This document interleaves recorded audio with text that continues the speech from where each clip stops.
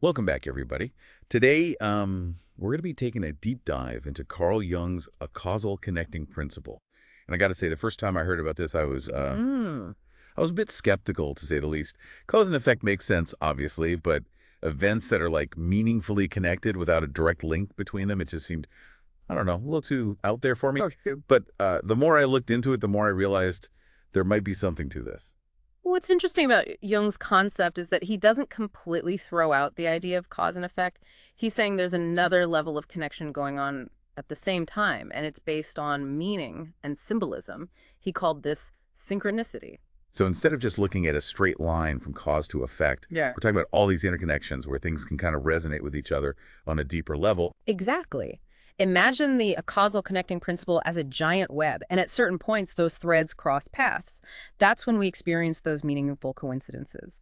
Like when you randomly think of a friend you haven't seen in ages, and then you run into them that same day. Or a symbol from a dream pops up in your real life.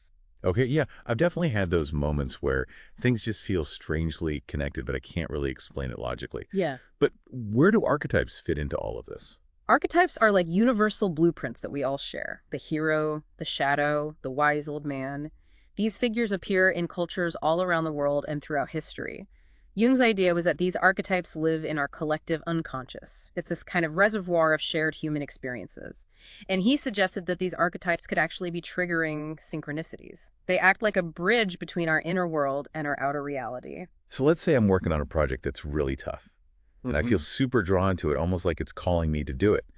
Could that be the hero archetype at work, pushing me to face this challenge and get out of my comfort zone? It's certainly a possibility. The hero archetype often shows up as this urge to conquer obstacles, to prove yourself, to make a real impact on the world. If you're experiencing synchronicities that seem to be helping you or guiding you along the way, it could be a sign that you're connecting with something really meaningful.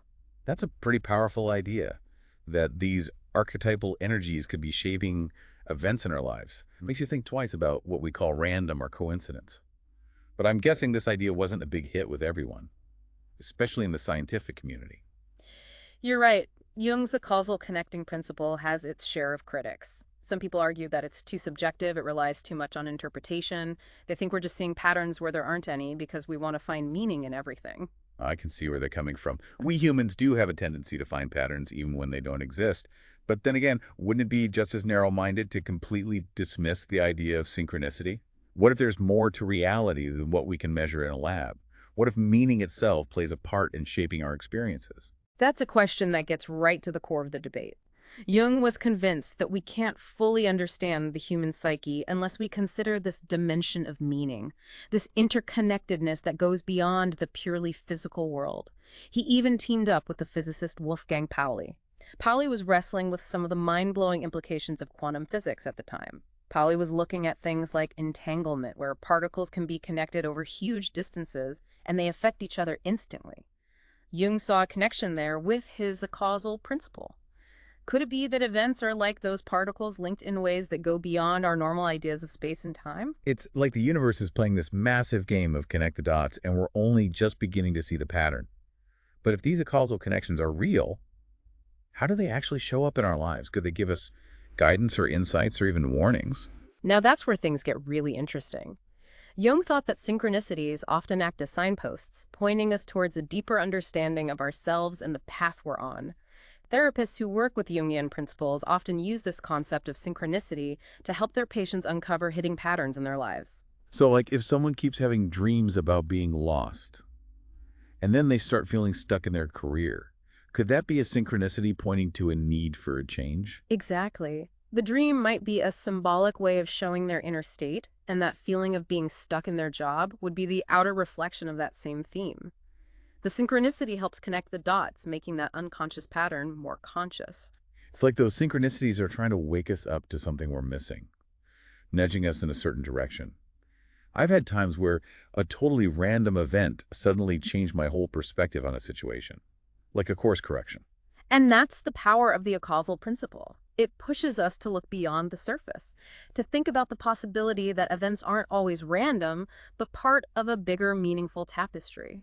But wouldn't that make life feel kinda predetermined, like we're just puppets following a script written by our unconscious. That's a concern people often have. But Jung didn't see it that way. He believed that while archetypes in the unconscious can influence things, we still have free will.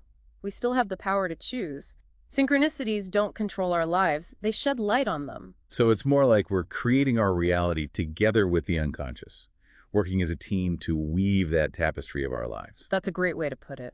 And this leads us to something that Jung felt was really important, the connection between science and spirituality. He argued that while science is great at explaining how things work, it often misses the why. It's like having a map of a city with every detail, but no understanding of why those streets were built that way, what stories they hold. So science gives us the structure, the framework, but spirituality adds the context, the meaning. Exactly. Jung saw the acausal principle as a bridge between these two worlds. It acknowledges the physical world and its rules, but it also recognizes that there's more to our experience than what can be measured with instruments. This whole conversation is really making me rethink how I see coincidences. Like, we've been taught to just brush those moments of synchronicity off Sure. as pure chance, but maybe they're glimpses into a deeper order, like a hidden language that's always talking to us. And that's the invitation the acausal principle gives us. Pay attention to those whispers. Look for the threads of meaning that connect seemingly random events. It's a way of living that's both more mindful and more magical. I have to admit, I'm much more open to this idea of the acausal now than I was when we started this deep dive. It's definitely challenged my thinking and given me a new way of seeing the world. And that's the first step, being curious and open. The next step is to start paying attention. Notice the synchronicities that pop up in your life, the patterns, the moments that feel full of meaning. What are they trying to tell you? What parts of yourself are they inviting you to explore? It's like we're being asked to become detectives in our own lives, looking for the clues that lead us to our true path. Precisely. And once you start paying attention, you might be surprised at what you find. The universe is always talking to us, but it's up to us to listen. Well, I think we can safely say our minds have been blown wide open today. We've explored Carl Jung's acausal connecting principle, the idea of meaningful coincidences, and even touched on the shadow side of our personalities. We've also seen how these ideas challenge our usual way of understanding reality. They make us think about the possibility of deeper connections and hidden patterns that shape our lives. So as we wrap up this deep dive, we'll leave you with a final question. What synchronicities have you experienced in your own life? What events that seemed random might actually hold a deeper meaning?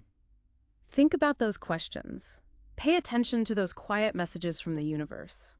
Embrace the mystery and magic that unfolds when we open ourselves to the possibility of the acausal. Thanks for joining us on this journey, and until next time, keep exploring, keep questioning, and keep your minds open to all the wonders that lie beyond what we normally see. The shadow. Yeah, that does sound kind of spooky. I mean, it is that darker side of our personality, all the stuff we try to bury deep down. But it's more than just our negative traits. It's also where our untapped potential hides the parts of ourselves we haven't fully embraced or maybe even ignored. And Jung thought that the shadow can actually play a role in synchronicities, often showing up in unexpected ways to challenge what we believe and push us to grow. So synchronicity could be like a message from our shadow trying to get our attention. Exactly. It might be a pattern that keeps popping up in our relationships, a roadblock that forces us to deal with the fear, or even something that seems bad at first but ends up leading to a positive change. The shadow's not trying to punish us, it's trying to guide us towards becoming whole, towards accepting all parts of ourselves.